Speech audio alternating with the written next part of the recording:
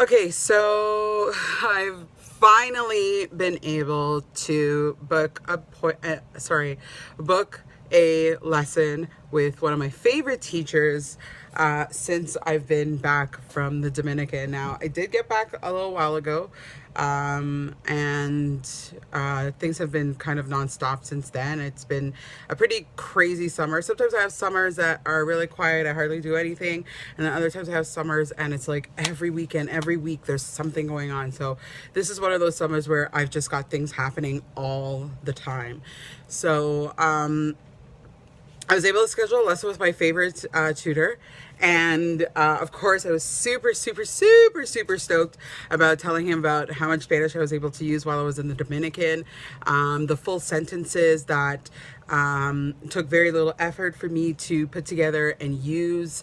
And just in general, just feeling really good about using the language while I was in the Dominican. So he was really happy. He was like, I hadn't heard from you for a while, but he was really happy and excited for me as well that I was able to accomplish that. So that was like really exciting and just felt good overall. So my post wrap up, I guess, on the Spanish that I use in the Dominican. Like I said, at the time when I was in Dominican, I was like super, super surprised at how much I was able to use and how I would say fairly easy it was. There were a couple of situations where I was like, I had a question that came to me in Spanish, and at the time he said it, I didn't know what he said. But then when he repeated it in English, then when I thought about it in my head, I was like, oh my God, that makes so much sense.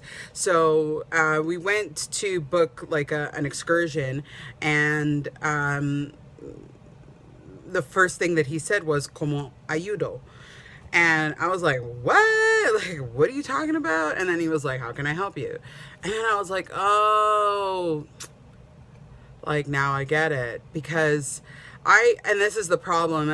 This was able to at least illuminate my thoughts on what some of my weaknesses are, and it's just those conjugations. Like I need to be familiar with how verbs conjugate in order to have a better understanding when I hear another conjugation of that verb.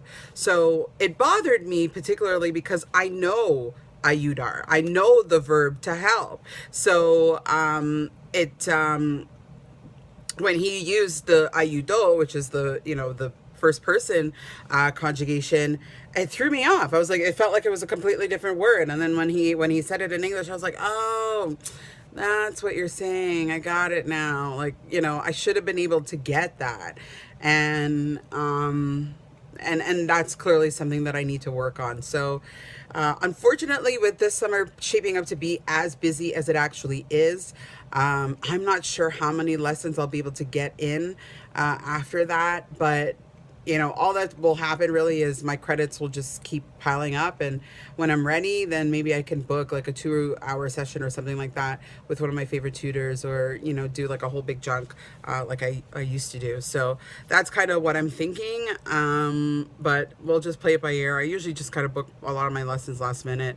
So we'll just do that. But I really don't want to fall off the train or fall off the track, because I really want to like keep this up and try to maintain what I'm learning and then try to add a little bit more. But I see where my weak areas now. As I mentioned in a previous video, I was aware of the fact that sort of being able to discuss things in past tense is a weak area, and another weak area is just those verb conjugations. There's a lot of things that when people say it, it's like I'm like, I don't even know what that is. But then if they translate it in English, or maybe if they say it again or something like that, then I'm like, oh, it's this now. So I really want to sort of get past that.